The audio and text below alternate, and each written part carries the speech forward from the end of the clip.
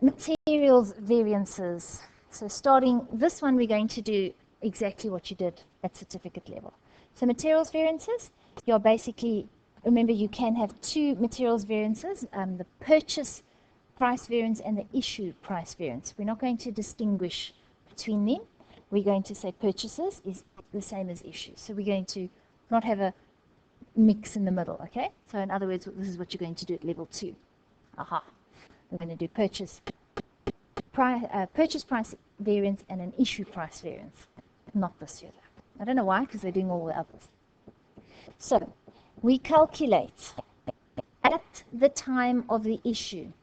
And there they give you just some of the acronyms. S for standard, Q for quantity, P for price, and A for actual. All right? That's just a little overview. Usage variances. So instead of having a volume variance, we've got a usage variance. Sales, you sell units. With materials, you use materials. So we'll look at usage. But it's a similar idea. So we're going to, with the usage variance, look at the difference between the standard quantity and the actual quantity. In other words, we're going to keep the price the same. When we look at the price variance, let me just change that to green. I like green for actuals. We're going to look at the actual quantity. We'll keep that constant, and we'll look at the difference between the standard price and the actual price. And that will give you the price variance. And of course, altogether, it will give you the total variance. Now, that's not what you did with sales. Eh? Sales, only the sales price variance is actually going to make an effect on your profit. Then we just break it down a little bit further. But here, usage and price variance together gives you the total variance. So we don't do that for the sales variances, just in case you want to go back and try it. So if there's a change in the materials inventory during the year, then the price variance will be based on the quantity of materials purchased, while as the usage variance will worry about the quantity issued or sold. Same thing, used.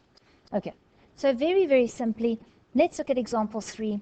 This is as easy as it sounds. ACO budgets to make 1,000 boxes of plugs. An investigation into the material discovers that the budgeted foam material used per box, so the budget is you should use 0.2 kilograms. The standard price is $50 per kilogram. So the total budgeted material cost for all 1,000 units would be $10,000. And that's the original budget. So 2 kilograms at, 0.2 kilograms at $50 a kilogram says that you would use 10, or the cost per unit would be $10 per unit. Does that make sense? And for 1,000 boxes, that's where they get the $10,000. So 1,000 boxes, 1,000 units at $10 a box or per unit, that's where you get the $10,000 from. Okay, just making sure that you don't lose our way on the easy stuff. The actual material cost, we ended up making 1,100 units. We purchased and used 192.5 kilograms, and it cost us $10,587. So we're going to calculate all 3 variances. Let's start with the materials price variance. That's beautiful. Materials price variance. And we start by saying, what did we pay? We actually paid how much? We paid $10,587.50 for what? What did we buy? We bought 192.5 kilograms. So it doesn't matter what price we paid per kilogram. You can work it out, but we're not really going to use that. If I had stuck to my standards, my budget, those 192.5 kilograms, I'd still have bought them, but I would have paid how much per kilogram? $50 a kilo. So you don't know if it's more or less, because we didn't work out the price per kilo earlier. So let me just write that again. Oops, daisy, don't do that. Let me get rid of this. I just want to write at $50 per kilogram. And what should we have paid for that purchase? You bought what you bought. You can't change it. 192.5 times $50 gives you $9,625. That's what I should have paid. I should have paid less. I have paid more. So 10,587.50 minus 9,000 what gives you 962.5 or 50 cents dollars more. Don't just write more. More is your thinking. So is more costs good or bad? Bad. So that makes it adverse. You happy with that? Now let's look at my materials usage variance. You can call it a materials quantity variance because you use your quantities. Materials usage, though, is the better way. So it's about what we used, not the price we paid. So what did we use? What was our usage? So if you want to write did use or what was our usage, actual usage, is there a difference? No. We used 192.5 kilograms. But if I based my stuff on my standard, what should I have used? My standard says, how many units did I make, by the way? I made 1,100 units. So my usage is for 1,100 units. So if I produced 1,100 units, stuck to my recipe, my standard says I should have, at the top there, my budget says I should use 0.2 kilograms per box. So 0.2 kilograms per box. And if I'd stuck to my recipe, I would have used, wow, more kilograms.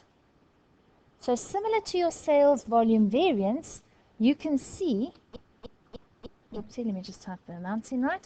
You have used 27.5 kilograms less. Let's hope that the less kilograms is not like the concrete in a bridge, which means that your bridge is going to break. Let's hope it's like I've used less paint and it came out perfect. That means I've saved money, hey? So less usage is always good. Variances cannot be in kilograms.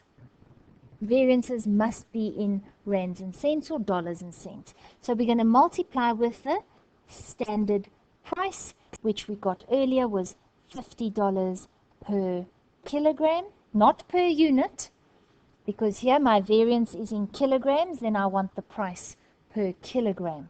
If the variance was in units, then I would want the price in units. $1,375 less is good, favorable. So our last variance then is the total materials variance. Total materials variance would be the materials price variance combined with the materials quantity or usage variance. Together, that will give me my total materials variance. So for the materials price variance, it was 962.50 bad. The usage variance was 1375 good. So that one's good, one's bad, so we're going to find the difference between the two and find the net variance, so to speak. And my favorable won the day because it was bigger, it has a bigger influence, so that means my final variance would be favorable. They didn't actually ask us to do the total, did they? They said find the materials price and quantity variances. Oh, quantity, yes, quantity, usage, same thing.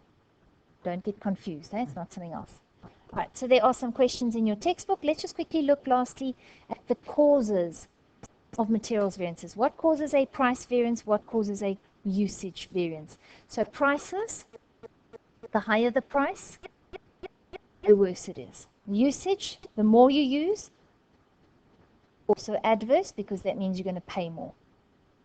Okay, could mean that you've wasted. All right, so if you use a different supplier, you could be paying a different price. If you get bulk discounts, if there are unexpected price changes, inflation and so on, or there's shortages, demand and supply, whatever, or there's unexpected buying costs or buying procedures, or your procedures aren't good enough, or the change in the quality, those things can cause a change in the price. The change in the usage would look at how much scrap was there, because maybe you didn't waste as much as normal and you were more efficient. You could almost call it an efficiency variance, but we're not really using time, so we're using quantity, so we don't say efficiency, we say usage. You could have used a different quality material, which says I didn't need so much because it was good, or I used more because it was defective, or there wasn't so much quality control, so I only found out much later that there was a problem and I fixed it too late. More or less efficient work procedures. Maybe your production methods changed, or maybe the product mix or the materials mix was different, which is kind of a hint of what you're going to be doing in the next little section. Okay.